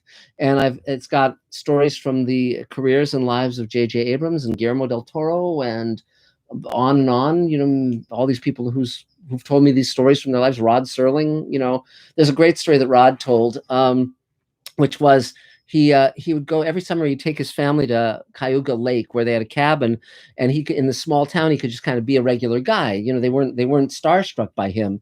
And so there was this like elderly rustic guy at one point, and this is just after Hemingway had died. And he said to Rod, "Shame about that Hemingway dying. Make it easier for you, though." So I quote that in the book, you know. And I also quote the story of when Guillermo del Toro was shooting his first film, Kronos, down in Mexico, and the only name actor in it, the only American name actor, was Ron Perlman. And at one point, he came up to Ron Perlman in the middle of the shoot, and he said, "I can't pay you now, but I promise you will be paid." And on that note, Ron Perlman walked to the nearest payphone and called his agent in LA and said, "What should I do?" And his agent said, "Get on the next plane and fly home." And Ron knew that if he did that, the movie would collapse. And he had to decide whether to trust Guillermo and stay and finish the job, or take his agent's advice. And he decided to stay. And as a result, Guillermo finished the film. It won the Palme d'Or, you know, at Cannes, and began his career in earnest. And of course, they went on to work together on Hellboy and Pacific Rim and so forth. And but it's interestingly enough, Guillermo told me that story. But then I ran into Ron Perlman at Comic-Con, and I said, "This is the story I've heard. Why did you do that? What made you decide to do that?" And he said, "Well, I couldn't, you know, he was a stand-up guy. I couldn't let him down, you know." And that was really telling. And so, you know, so the book is going to be filled with bon mots like that. And So I think it's going to be a really helpful book for people. So in terms of me, and in terms of what I might need, if you want to help with Space Command, please do. Also, as I mentioned before, I'm looking for ways to increase the audience for Mr. Sci-Fi, because I noticed that similar sci-fi geeks who have their own little websites get like hundreds of thousands of hits talking about the same stuff I'm talking about. And they're, equally bare bones in their production or lack thereof. So if people can advise me or help, us reach a critical mass or work with the algorithms better, that would be much appreciated. I know Todd Chamberlain's helped us a bit with that kind of stuff, but I'm welcome. I welcome anyone who's kind of able to make stuff happen in that way, because again, I'm busy typing, so it's life is good, but certainly exciting, and there's a storyline that a British executive told me, and it's such a fun idea for a story. I'm thinking of it for the Showrunners Network. I won't tell you now. I'll keep it under my hat for now, but it's really a cool idea, and I think I'm going to be pursuing that one too. So okay, great. So anything else for anybody? I think we've covered what we need to cover. I think it's good to see all of you. Please get your shots if you haven't yet. On the 19th, it's going to be open for everybody, and thank God. And stay healthy, stay safe, and we're here every Thursday at 5:30 Pacific. And thanks for being here; it's much appreciated. And if you haven't checked out my 1984 marathon on Mr. Sci-Fi, it's the first time we've done this, presenting full versions of the same story, like a week every day in a row. It's really fun. So and next up is Edmund O'Brien and the movie version of 1984. So really fun, really fun.